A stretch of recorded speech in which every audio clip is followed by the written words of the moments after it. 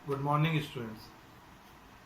आज कक्षा 9th के क्षितिज भाग प्रथम के जो हमारी पाठ्य पुस्तक है उसका पाठ संख्या 2 लहासा की ओर का सार संक्षेप मैं आपको अपने शब्दों में बताऊंगा। इस सार संक्षेप को सुनने से पहले एक बार आप इस पाठ को भली भांति पढ़ लें ताकि आपको समझने में बहुत ज़्यादा ही आसानी हो। यह पाठ राहुल सांकृत्यायन जी की यात्रा वृतांत है। जब सन 1929-1930 यानी कि 1929 और 1930 में उन्होंने अपनी पहली तिब्बत यात्रा की थी, उस समय भारत से तिब्बत जाने का या भारतीयों को तिब्बत जाने की अनुमति नहीं थी। तो राहुल सांकृत्यायन जी नेपाल के रास्ते भिकमंगों के वेश में तिब्बत की यात्रा पर निकल पड़े। जब वे तिब्बत की यात्रा पर निकले तो सबसे पहले उन्होंने वहां पर एक मंगोल भिक्षु जिसका नाम लोबजट शेख था उसको अपने साथ ले लिया, क्योंकि वहां उन रास्तों की जानकारी लोबजट शेख या सुमति को बहुत ही अच्छे ढंग से थी। अपनी यात्रा को शुरू किया। प्रकृति के मनोहारी दृश्य देखते हुए वो आगे बढ़ते चले गए। जिस रास्ते से राहुल सांकृत्यायन जी और सुमति जी जा रहे थे वह नेपालियों का और भारतीयों का एकमात्र रास्ता था। वे केवल जनसामान्य का रास्ता नहीं था, वे व्यापारिक और सैनिक मार्ग भी था। राहुल जी और सुमति जी ने उस मार्ग को चुना, साथ साथ वे भिखारियों के या भिकमंगों के छद्म को भी अपना लिया। तब फ्रिकलपोर्ड का रास्ता नहीं बना था, वे भारत और नेपाल का एकमात्र रास्ता था जो तिब्बत के लिए जाता था। इस स्थान पर जाति पाति, छुआछूत, रंग भेद आदि नहीं थी। औरतें भी यहां पर पर्दा नहीं करती थी, परंतु चोरी के डर से भिकमंगों को शरण नहीं मिलती थी। दूसरी ओर आप अगर अपरिचित भी हैं और आप किसी के घर में जाना चाहें तो आपको किसी की अनुमति लेने की आवश्यकता नहीं होती थी। आप किसी भी घर में जाकर अपने झोले से उनको चाय दे देते तो उस घर में रहने वाली बहू या सास आपको चाय पकाकर दे देती थी, या आप उनको मक्खन और सोडा दे देते थे तो उस मक्खन और सोडा की टोटी को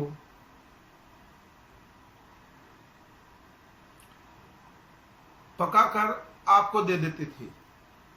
आपको ऐसा लगता था कि उस चाय में आपके पूरे मक्खन को नहीं डाला जाएगा और घर का चूल्हा आपके बैठने की जगह से दूर है, तो आप चूल्हे के पास जाकर भी देख सकते थे कि क्या पूरा मक्खन और सोडा उस चाय में डाला गया। चीनियों के द्वारा छोड़े गए एक किले में कुछ देर तक राहुल जी और सुमति ने वहां विश्राम किया, आराम किया। उसके बाद जब वो वहां से चले तो एक राहगीर ने उनसे कुछ मांगा। मांगने पर दोनों ने उन्हें कुछ चिटें दी। उस चिटों को लेकर उस राहगीर ने सुमति जी और राहुल जी को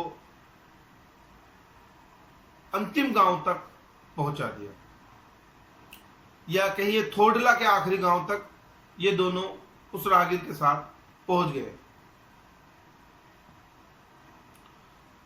सुमति जो राहुल जी का एक मंगोल भिक्षु मित्र था, वहां पर भिक्षुओं में अच्छी पहचान होने के कारण शाम के समय उन्हें अच्छी जगह ठहरने के लिए मिल गई। वैसे चोरी के डर से उस स्थान पर भिकमंगों को जगह नहीं मिलती थी। अगले 5 साल बाद जब राहुल जी और सुमति वापस उस स्थान पर पहुंचे तो वहां उन्हें कोई भी रहने की उचित जगह नहीं मिली, क्योंकि 5 वर्ष बाद वह भिखारी के भेष में ना होकर अच्छे और सभ्य व्यक्ति के, भद्र व्यक्ति के वेश में थे। अगले दिन राहुल और सुमति को दोनों को डांडा थोडला पार करना था। डांडा थोडला ल्हासा या तिब्बत का ऐसा स्थान है जो समुद्र तल से 16-17 हजार फीट की ऊंचाई पर है। टेढ़े मेढ़े रास्ते, कोने निकले हुए पहाड़, गहरी खाइयां, सर पे चमकता हुआ सूरज और रास्ते के दोनों ओर दूर दूर तक कोई गांव न होना इस यात्रा को और भी ज्यादा दुर्गम और तकलीफदेह बना देता है। और यह स्थान डाकुओं के छिपे होने के लिए भी काफी माना जाता था कि ऐसे स्थान पर डाकू छिपे रहते हैं और अक्सर इन स्थानों पर खून अथवा हत्या हो जाती थी। राहुल जी की यात्रा से ठीक एक वर्ष पहले वहां पर किसी व्यक्ति का खून हो गया था।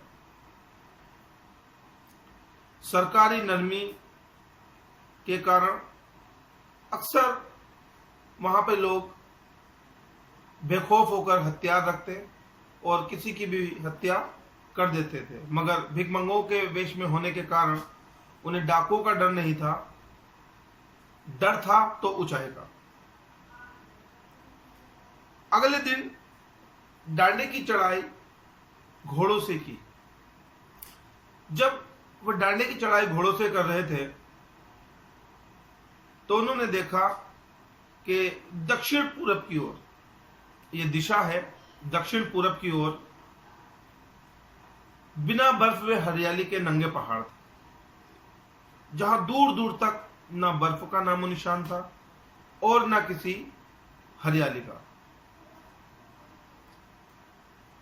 उत्तर की ओर बर्फ से या कुछ बर्फ से ढके पहाड़ नजर आए। उतरते समय लेखक का घोड़ा थोड़ा पीछे रह गया, या यह कह लीजिए कि लेखक थोड़ा थक गए, वो धीरे धीरे चल रहे थे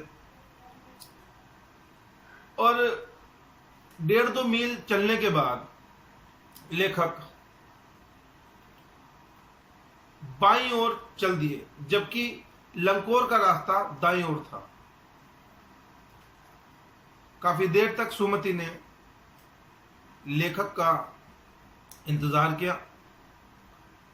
लेखक चलते चले जा रहे थे पर उन्हें लगा कि वह गलत मार्ग पे। उन्होंने रास्ते में किसी मकान वाले से, किसी घर वाले से पूछा क्या ये लंकोर का रास्ता है, तो उन्होंने उस जो वहां के स्थानीय निवासी थे उन्होंने बताया कि आप 1.5 मील आगे आ गए, आपको 1.5 मील वापस जाना होगा, तब आपको लंकोर का रास्ता मिलेगा। यहाँ राहुल जी बड़े परेशान हुए, परंतु कोई अन्य उपाय ना होने के कारण वो वापस उसी स्थान पर आए जो वहां स्थानीय निवासी ने बताया था। उसके उपरांत वह लंकोर के ओर चल पड़े। थोड़ी दूर जाकर उन्हें सुमति मिले। सुमति काफी गुस्से में थे, नाराज थे, और जब लेखक ने उन्हें बताया कि वह गलती से बाईं ओर मुड़ गए तो धीरे धीरे सुमति का गुस्सा जल्दी ठंडा हो गया। फिर वे वहां से चले और लंकोर में अच्छी जगह ठहरे। जब वे वहां से चले, ठहरने के बाद वे टीडरी के मैदान में थे। देखिए, ल्हासा जाते हुए बहुत सारे स्थानों का यहां पर नाम आया है, जैसे डोंडा, डांडे, लंकोर, तीडरी। इन स्थानों के नाम हमारे सामान्य स्थानों से थोड़े अलग हैं, मगर जहां की बोलचाल जिस प्रकार की होती है उसी प्रकार के वहां पर नगरों और गांवों के नाम होते हैं। तीडरी के मैदान में पहुंचने के बाद उन्होंने देखा कि तीडरी का मैदान पहाड़ों से घिरा एक टापू था। सामने एक छोटी सी पहाड़ी थी। उस पहाड़ी का नाम था टींडरी समाधिगिरी। वह एक प्राकृतिक संसाधनों,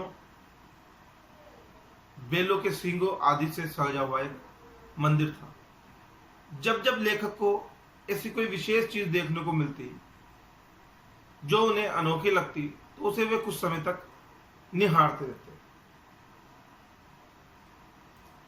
उस स्थान पर सुमिति के बहुत सारे परिचित थे जिनसे वह मिलना चाहता था, परंतु लेखक ने उनसे कहा कि तुम यहां लोगों से ना मिलो और मेरे साथ आगे चलो और मैं आपको लहासा पहुंचकर कुछ अधिक पैसे दूंगा। पैसे का वादा सुनकर सुमति तैयार हो गए और उनके साथ चलने लगे। पीठ पर सामान, हाथ में डंडा, सूरज सामने की ओर अपनी पूरी तेज में चेहरे की ओर ललाट या विराट रूप में चमक रहा था और पीठ पर रखा हुआ सामान ठंडी हवाओं से और ठंड के कारण पीठ ठंडी हो रही थी। सुबह न चलने के कारण दोनों लोगों को किसी कारणवश देर हो गई होगी और वो सुबह न चलने के बाद 11 बजे उन्होंने उस स्थान से प्रस्थान किया। उसका नुकसान उन्हें यह हुआ कि उन्हें कड़ी धूप में यात्रा करनी पड़ी। यहां कुछ ही दूरी पर सुमति के कुछ जानने वाले यजमान रहते थे। उसका मन था कि जब इन दुर्गम रास्तों में आए हैं, ऐसी दुर्गम परिस्थितियों में हम सफर यात्रा कर रहे हैं, तो अवश्य ही रूप से हमें उनसे मिलना चाहिए। तो सुमति ने बहाना बनाकर उन्हें शेखर विहार की ओर से चलने को शुरू कर दिया।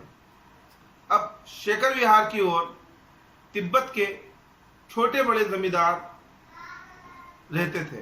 तिब्बत की जो जमीन थी वो छोटे बड़े जमींदारों के बीच बटी हुई थी और अधिकतर हिस्सा मठों के अधीन था। जब सुमति और राहुल जी उस स्थान पर पहुंचे तो उन्होंने देखा कि जमींदार वहां पर छोटी बड़ी खेती भी करते हैं, जिसके लिए मजदूर उन्हें बेगार में मिल जाते हैं। लेखक शेखर विहार की खेती करने वाले मुखिया नमसे से भी मिला और वहां खेती के विषय में जानकारी ली। थोड़ी दूर आगे चलकर सुमति और राहुल जी को एक अच्छा मंदिर नजर आया। राहुल जी ने जब उस मंदिर का भ्रमण किया तो उन्हें वहां पर बुद्ध वचन की हस्तलिखित 103 पोथियां मिली। अब उन पोथियों को देखने के बाद राहुल जी का मन था कि उन पोथियों को पढ़ लिया जाए। तभी सुमति ने कहा कि यहाँ मेरे परिचित यजमान है, अगर आपकी आज्ञा हो तो मैं उनसे मिलना हूं।